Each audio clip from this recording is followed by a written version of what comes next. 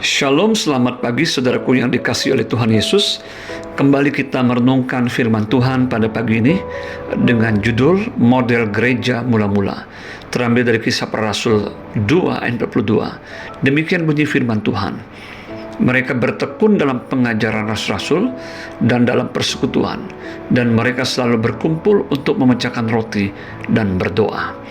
Saudara, belum lama ini kita mengingat hari Pentakosta, di mana Roh Kudus dicurahkan atas para rasul yang kemudian menjadi cikal bakal terbentuknya komunitas orang percaya, yaitu jemaat Tuhan.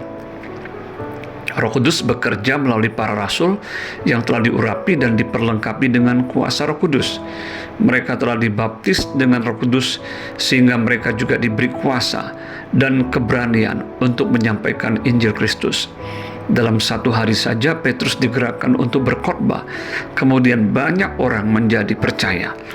Dan orang-orang yang menerima perkataannya itu memberi diri dibaptis, dan pada hari itu jumlah mereka bertambah kira-kira 3.000 jiwa. Sungguh dahsyat pekerjaan Roh Kudus melalui para rasulnya. Menarik sekali, Kisah Para Rasul 2 41-47 mencatat bagaimana cara hidup jemaat mula-mula yang merupakan model dari gereja mula-mula. Dan melalui model gereja mula-mula ini, marilah kita mau melihat kehidupan kita saat ini sebagai orang percaya. Apakah kita memiliki ciri-ciri atau model dari cara hidup jemaat mula-mula tersebut? Mari kita belajar tentang beberapa ciri atau karakteristik dari jemaat mula-mula yang terbentuk di kota Yerusalem pada waktu itu, yaitu yang pertama, mereka adalah orang-orang yang percaya kepada Yesus Kristus dan memberi diri mereka dibaptis. Kisah Rasul 4 ayat 1. Artinya, gereja mula-mula adalah kumpulan orang-orang yang percaya kepada Yesus Kristus. Mereka adalah orang-orang yang menerima perkataan atau pengajaran para rasul yang merupakan Injil Kristus. Dan mereka yang percaya itu memberi diri mereka dibaptis saat ini sebagai orang Kristen. Sudahkah kita sungguh-sungguh percaya kepada Yesus Kristus dan memberi dirimu dibaptis? Yang kedua, mereka adalah orang-orang yang bertekun dalam pengajaran rasul-rasul. Kisah Rasul 4 ayat 42. Orang yang bertekun dalam pengajaran rasul pastilah orang yang mau belajar firman Tuhan, yaitu orang yang haus untuk membaca, merenungkan, memperkatakan, dan melakukan firman Tuhan di dalam hidupnya.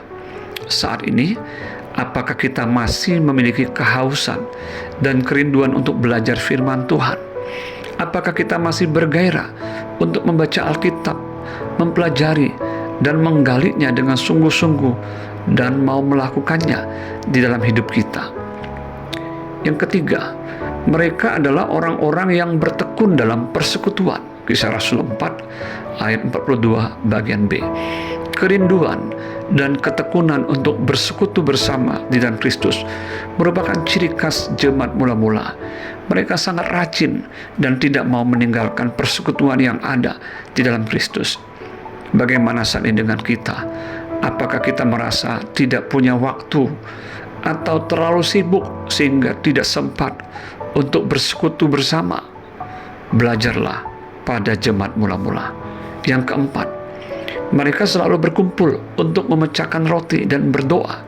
Kisah Rasul 2 ayat 42 bagian C.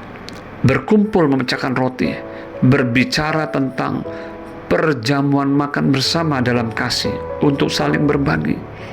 Mereka juga suka berdoa. Doa adalah gaya hidup jemaat mula-mula.